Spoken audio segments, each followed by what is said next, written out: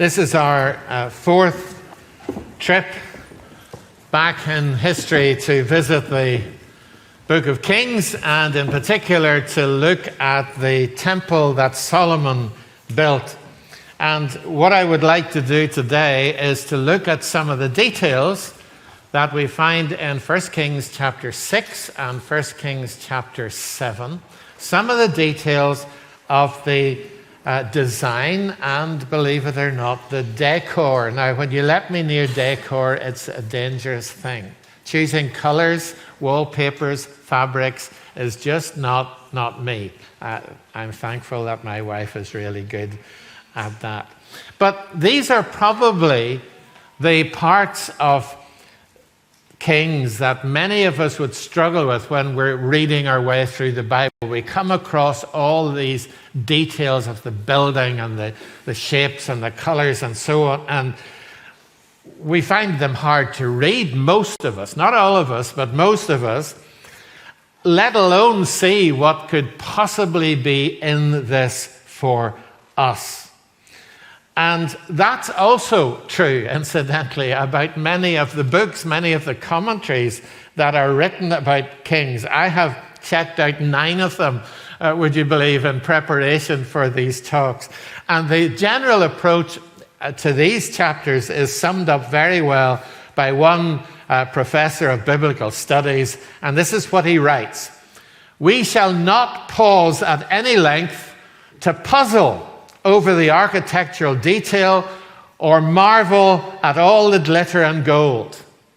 Little that is important for interpreting the Book of Kings hangs on any such detail." But I want to pause and puzzle. Maybe that's just the kind of person I am. And I hope that that doesn't worry you, but perhaps it should. Are you listening to an eccentric, crackpot preacher who's suffering from an untamed imagination and is increasingly losing the plot since he's now over 70? Now, I really hope that isn't the case. I'm not trying to be that.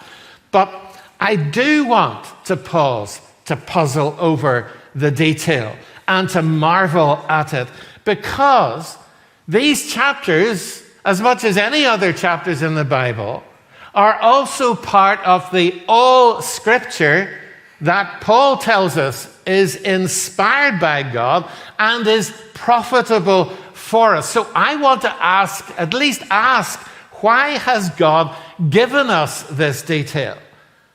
Can we not at least attempt to see what we are meant to learn from them? I'm curious, for example, why the design for Solomon's temple doesn't completely follow the design for the tabernacle of the Exodus, the portable structure that the temple replaced.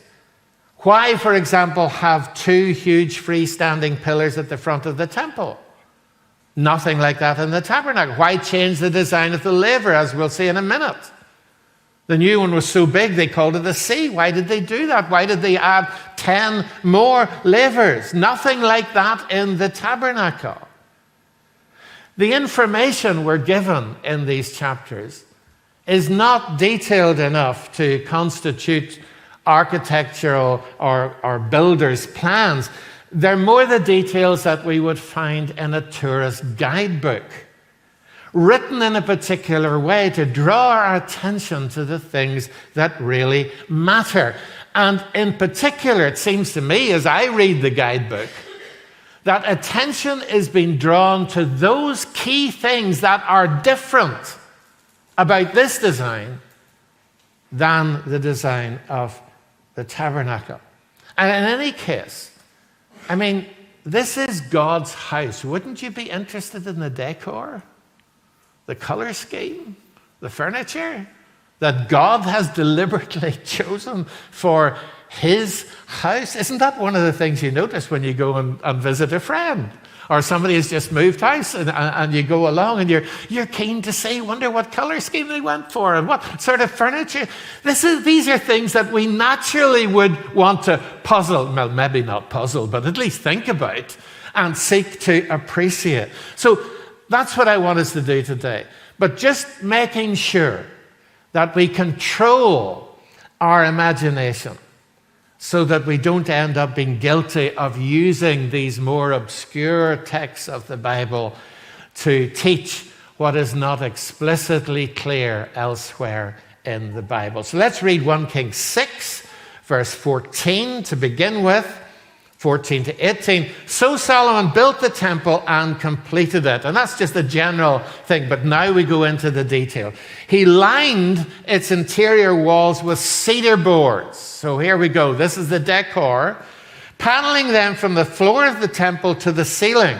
He covered the floor of the temple with planks of juniper, so cedar and juniper, the two woods so far. He partitioned off 20 cubits at the rear of the temple with cedar boards from floor to ceiling to form within the temple an inner sanctuary, the most holy place.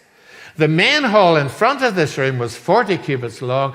The inside of the temple was cedar, carved with gourds, which is a kind of wild fruit, and open flowers.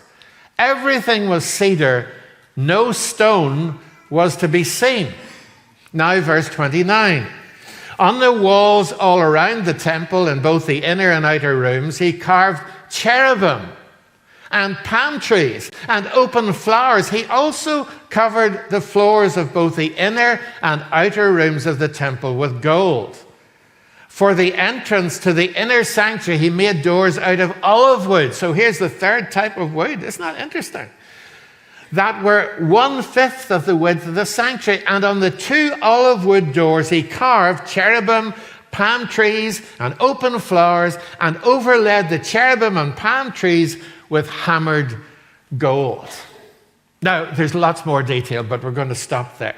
It seems rather interesting timing to be talking about this the day after the coronation, when so many cameras were trained on the beautiful interior of Westminster Abbey.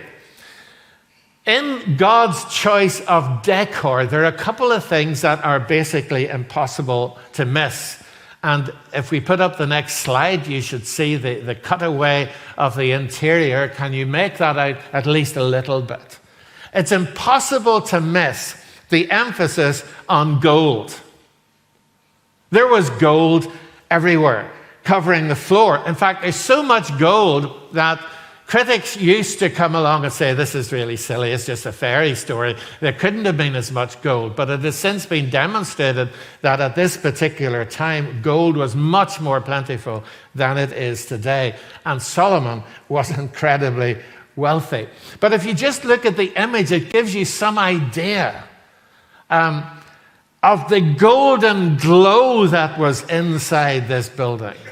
Because it wasn't just one lampstand as there was in the tabernacle, there were 10 of them. And they were lighting up. And you can imagine candlelight combination or oil light and the gold all around. Fascinating to me. The other aspect of the decor is what I'm calling the wallpaper. The wood with its carvings of fruit and flowers and bloom and trees and living beings in the form of cherubim carved in the wood and then overlaid with gold. In other words, they were carvings of things that are alive. Living beings and parts of the natural world around us. So, to sum it up, this house of God was filled with golden light and life. And in case we've missed it, there's a fascinating detail pointed out by the historian here in case we miss it. No stonework was to be seen. That's a real contrast with Westminster Abbey if you were watching any of the pictures or if you've been there yourself.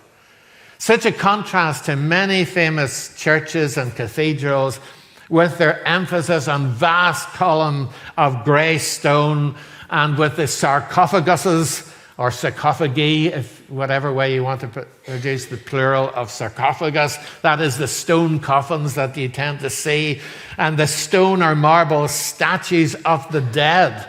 I remember years ago, we took the kids to France, and we walked around one of the big cathedrals, and Simon walked around looking at everything, and his comment at the end was, "There's no life here."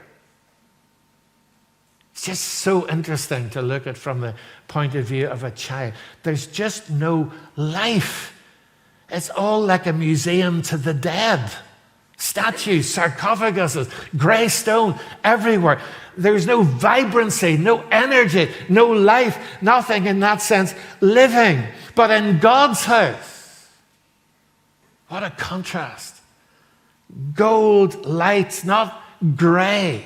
Organic wood, not inanimate stone. Carvings of living things, not coffins for the dead.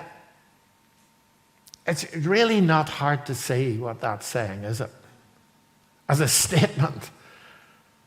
What impression would this have made on the priest, for example, who served in the house? What impression would you have had of the God whose decor choice this was, who had chosen to fill his house with gold and light and symbols of life? Surely at this basic level, that God is a God of life.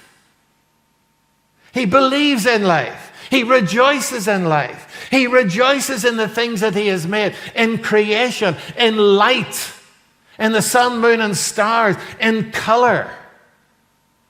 And that's particularly interesting to me, because when we go over to the New Testament and see how Paul refers to the house of God, for example, when he's writing to Timothy, he calls it the church of the living God. Not just the church of God. The church of the living God. He's alive. He believes in life. He's a creator. Surely that isn't a coincidence that the house of God, which is now not a physical building, but the dwelling place of God by his Spirit in his people, is described as church of the living God. It's not meant to be like a mausoleum or a museum or temple to the dead. It is the house of the living God. I am the God of Abraham, Isaac, and Jacob. I am their God. I am the God of the living. Eternal. I am the living God. And that tells me something not just about God, but about the nature of his government in my life. The aim of his government in my life is to produce life. That's what Paul says to Timothy. He says the aim of God's administration in our lives is to produce love from a pure heart, a conscience that's in good working order, and genuine faith.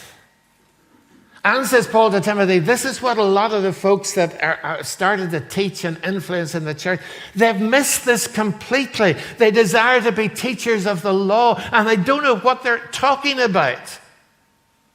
They're ministering death instead of producing life. And then there are others, Paul warns Timothy, who are teaching that if you're really serious about living a godly life, you need to abstain from marriage. You need to abstain from certain types of food. As if life under God's administration consists of doing without the good things that he himself has created. It's a nonsense. It's a complete misrepresentation of the living God. So is it fair just to ask the question, how do we represent God? In my experience, now over 70 years, growing up here in Northern Ireland, sometimes it would have been hard to get the impression that God's a living God. because he's represented in grim, austere, grey, judgmental, always against you, always looking for a fault that he can come down on like a ton of bricks. That's the kind of God. He's anti-life, he's anti-fun, he's anti-joy, he's anti-art, he's anti-music. Grim. Let's not slip consciously or unconsciously into that grim, grey world of death and misrepresent the glory and majesty of the Creator God. And of course, it's widespread in our culture. One of the most subtle elements of Satan's propaganda, which is as old as the Garden of Eden. The basic tactic to take the good things that God has made and then put about the lie that God doesn't want you to enjoy them. And allow that gradually to lead to a bigger lie that actually it wasn't God who gave them to us in the first place. That somehow the universe created itself. So we invent all these evolutionary just so stories, as Rudyard Kipling might call them, to get rid of the Creator. And we marvel at what is called Mother Nature. Wow. And we watch the awe-inspiring wildlife programs. We recognize and promote all the mental health benefits of getting out into nature without actually asking why it is that that works. We photograph, we paint, we study, we make music, all without any acknowledgement of the God who made it all. It's a kind of halfway house. Isn't nature wonderful? Inverted commas. But little or no acknowledgement of God. It's clever, subtle. But not in the temple. Couldn't miss it in the temple. I've just made a simple observation. God's house was full of life. He is the living God. At the very least, I haven't used the text to preach any wild doctrines. At least so far, I'm not a heretic. Is that okay? Can we move on to the next one? Am I safe? Okay, let's try the pillars now and see where we go with those. Go outside the building and think about these two freestanding pillars that stood near the entrance to the house. This is 1 Kings 7, verse 13. King Solomon sent to Tyre and brought Huram, whose mother was a widow from the tribe of Naphtali and whose father was from Tyre, and a skilled craftsman in bronze. So this was so important that he got the best artist in bronze in the world. And he was filled with wisdom and understanding, with knowledge to do all kinds of bronze work. And he came to King Solomon, did all the work assigned to him. He cast 2 bronze pillars, each 18 cubits high, that's 8.2 meters or 27 feet, and 12 cubits in circumference, that's 5.4 meters and 18 feet. He also made 2 capitals of cast bronze to set on the tops of the pillars. Each capital was 5 cubits high. A network of interwoven chains adorned the capitals on top of the pillars, 7 for each capital. He made pomegranates in 2 rows encircling each network to decorate the capitals on top of the pillars. He did the same for each capital. And the capitals on top of the pillars in the portico were in the shape of lilies, 4 cubits high. And the cubit is 18 inches, so you can work that out. On the capitals of both pillars, above the bowl-shaped part next to the network, there were 200 pomegranates in rows all around. He erected the pillars at the portico of the temple. The pillar to the south he named Jachin, and the one to the north Boaz. And the capitals on top were in the shape of lilies, and so the work of the pillars was completed. Now, I mean, even if you didn't have the description, you couldn't avoid seeing them. So let's look at the next slide, and you'll see here they are. The 2 massive pillars in bronze. That's possibly slightly out of proportion. Unfortunately, the capitals would have been a little bit bigger than that in proportion to the rest of the pillar. But we get the idea. There was nothing like this in the tabernacle. And they were right at the front entrance. They weren't holding the building up. They were just standing there in front of the entrance. And what they held up were these beautiful capitals that were so intricately done in bronze work and made to look like, well, it's fruit around and a network of fine chain detail, and then a beautiful lily flower that is open. So they were so important, as we read, that they were given names, probably meaning he will establish and in him is strength. Their function was obvious. Their function was not to hold up the building. Their function was to hold up these capitals, the bit at the top, the beautiful lily-shaped capitals. They were at the entrance, so it's basically saying, welcome to God's house. I mean, they're standing there, two huge pillars standing there, marking the entrance, holding up these beautiful capitals. Come and see what God is like. This is the way in. They witnessed to the glory and beauty of God. That's what they were for. And the New Testament uses the idea of a pillar on 3 occasions, as an illustration, as a metaphor.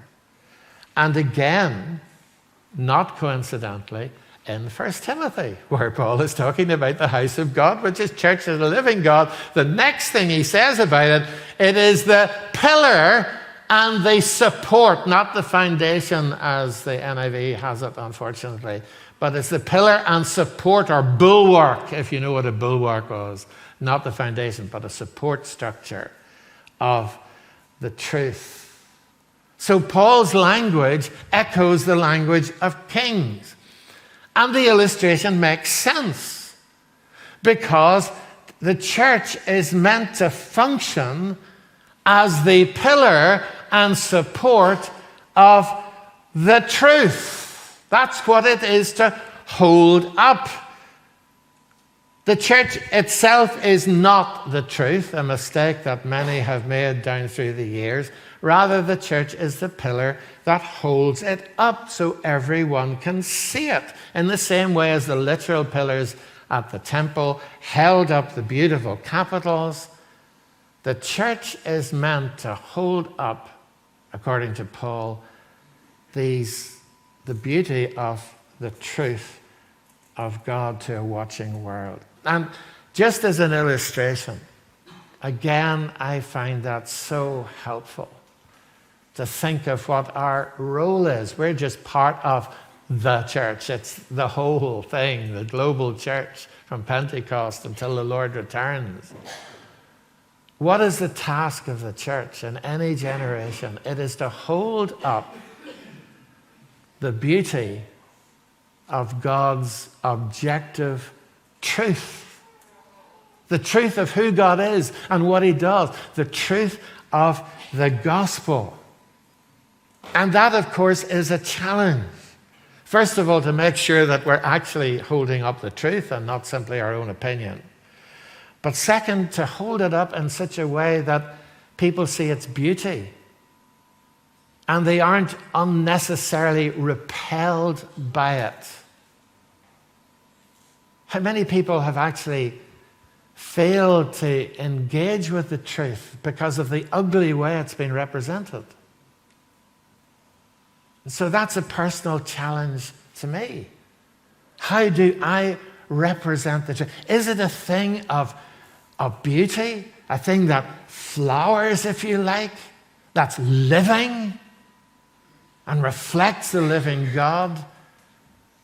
Or is it dead doctrine, theory, but not lived out? Of course, The truth of the gospel will offend people and scandalize people. It did in the first century. It will today. But at least let's make sure that it's the gospel that offends and not the way we uphold it. We uphold a message of grace. Do people see evidence of that? We go out and announce forgiveness to the world. Do they see a people who forgive each other even? What do they see? In what way do we hold up God's truth? The illustration is used twice more very briefly in the New Testament. It's used in Galatians, where Paul recalls a time he went up to Jerusalem to see Peter, James, and John, who he says were reputed to be pillars in the church. Paul wanted to know, were they really pillars? Were they really standing firm and still upholding the same gospel that he had been teaching? And he discovered that they were. But then Peter came to Antioch and behaved in a way that denied that gospel. And Paul called him out on it because he was misrepresenting the truth of the way he behaved. It was a public thing. So Paul called him out because Peter found the weight of the capital too much. He was starting to stagger around a wee bit. And under pressure from certain Jewish critics, Judaizers, he thought, oh no, and he developed a wee bit of a stomach ache and said, oh, I just retire here because, and didn't live according to the truth. And Paul called him out, stand, man, stand up. Hold the capital. It's a beautiful thing. It's not to be ashamed of, nothing to be embarrassed about here. Live according to the truth that you say you believe. And thankfully, Peter recovered quickly and stood strong. And then it's used again in the book of Revelation, where the risen Lord uses it as a metaphor to the church at Philadelphia, a church that was facing strong opposition and persecution, especially from what the Lord calls the synagogue of Satan. But despite their weakness, Jesus commends them. You have kept my word. You have not denied my name. And because they had stood firm, he says, I will make you a pillar in the temple of my God. In their weakness, in the midst of all the opposition from particularly the synagogue of Satan, as Jesus calls it, they stood. You see, it is a battle to keep standing, to keep on sticking to the objective truth of God's word, of the gospel, and not deny his name. And Satan hates this. He hates God's word because it spells his downfall. So if we continue to uphold the truth, we can expect more opposition than support. And sometimes that opposition comes from unexpected sources. Friends, people who used to stand firm beside us, but under the constant barrage of destructive questioning have given up. And we feel the pressure of it.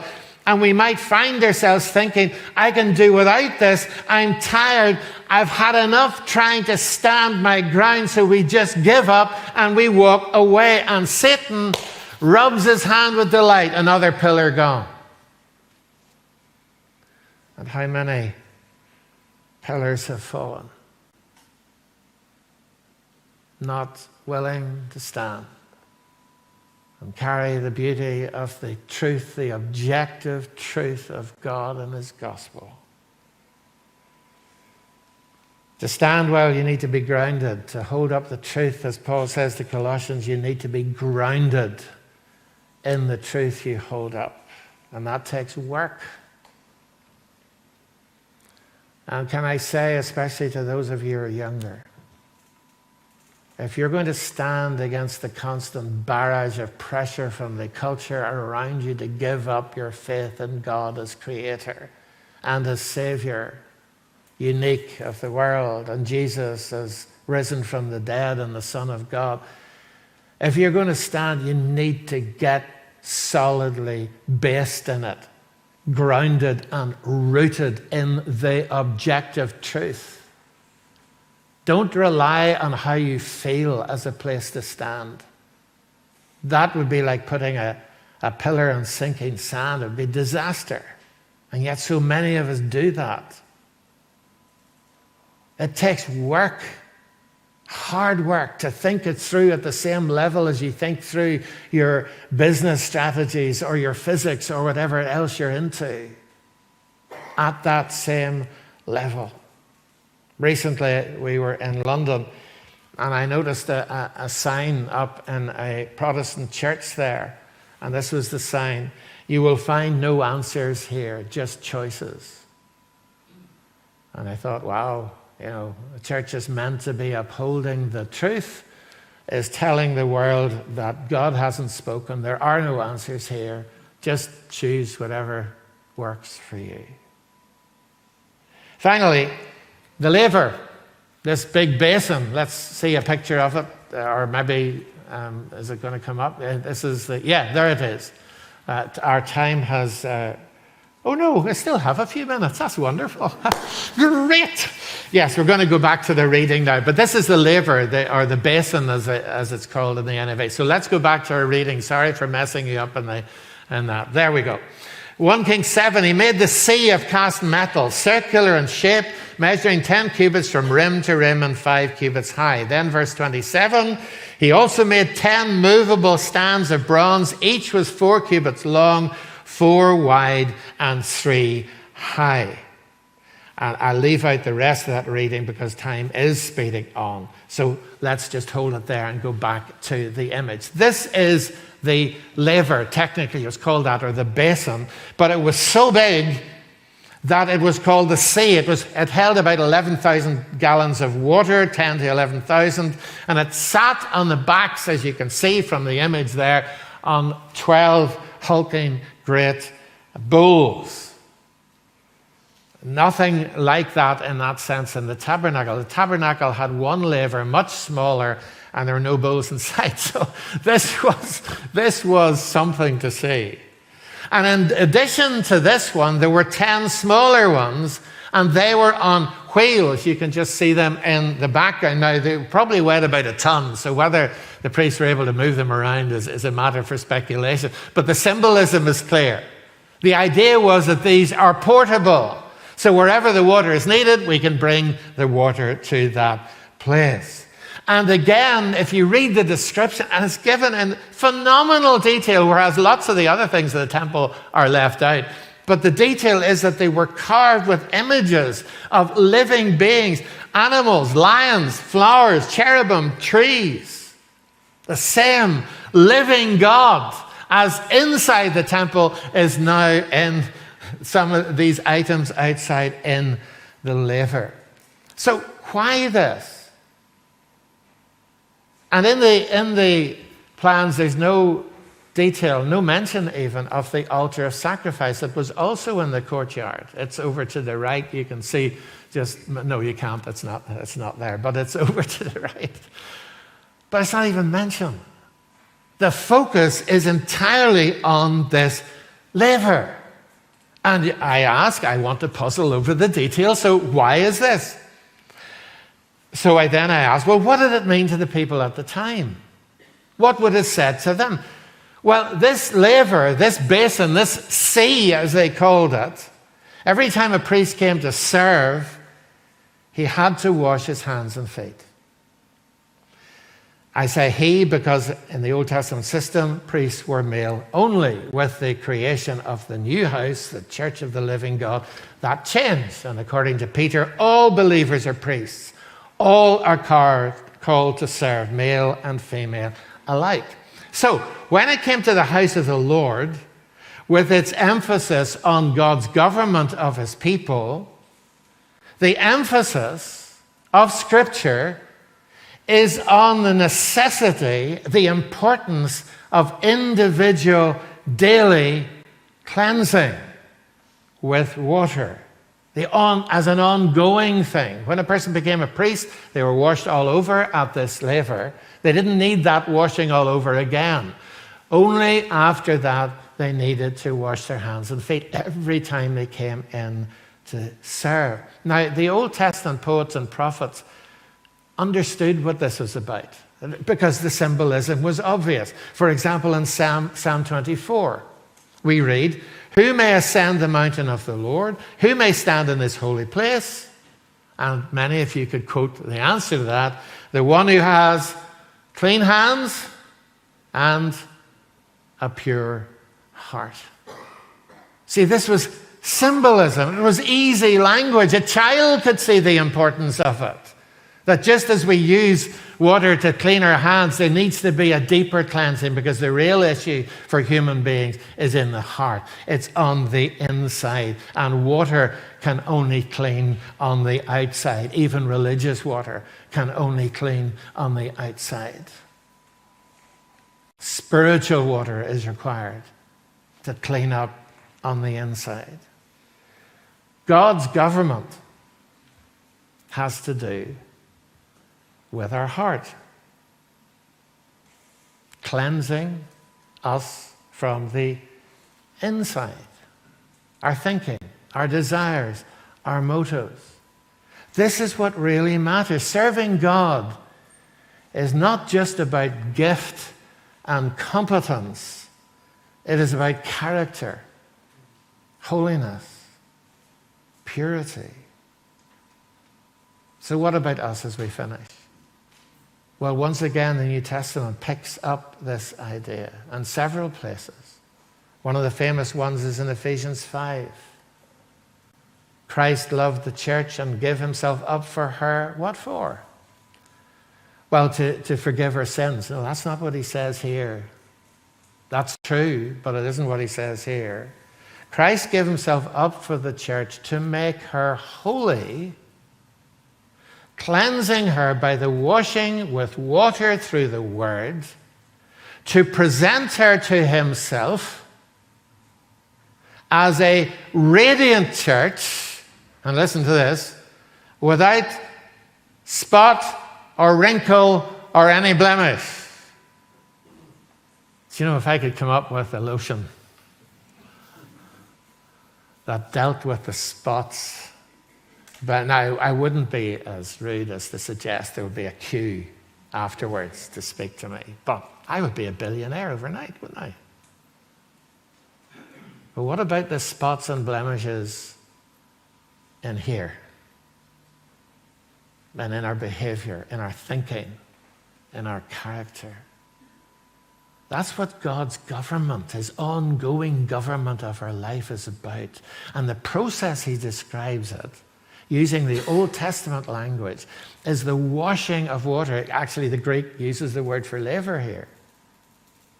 The washing of water with the word. In other words, that the Holy Spirit uses the Word of God in your life, in my life, to cleanse us, to deal with the spots and wrinkles, so that one day, together with the entire church, we will be presented to the Lord Jesus as his eternal bride companion. That's what this life is about. That's the future to it. And it takes time. If you read the book of Revelation, you'll find the churches at the beginning are in a mess, most of them. They're in rags. At the end, it's a glorious church that descends from heaven for the marriage, and it's given to her to wear. And here's where the theologians all get a wee bit anxious. The righteousness of and they want to say the righteousness of Christ, because that's what the hymns say. That isn't what the text says, though. It's given to her to wear the righteous acts of the saints. Wow. In other words, you and I are involved in the process of preparing our wedding clothes for the eternal wedding. That's quite exciting, isn't it?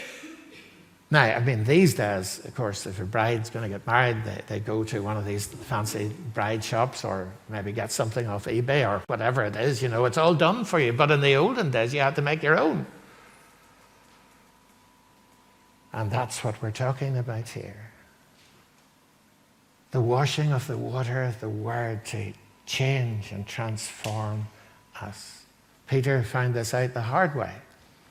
The Lord washed his feet as a symbol of this. And Peter said, "You never wash me." And Jesus said, "Peter, if you don't let me wash you, you can have no part with me." Not part in me. He always had part in Christ, but part with me, partnership with me. You'll not be able to serve me, Peter, unless you allow me to come regularly and cleanse you and deal with the stuff that you don't even know about that is in your heart and in your character that needs to be removed and changed and transformed. That's what I'm about, Peter. Peter thought he was ready and all the others would run away, and then he discovered weaknesses in his own life that he didn't know were there. And at the end of John's Gospel, he stands in front of Jesus and he said, "Lord, you know everything." It would be good to start there. You know, if he'd started there, he would have been a wiser man and it would have been less painful.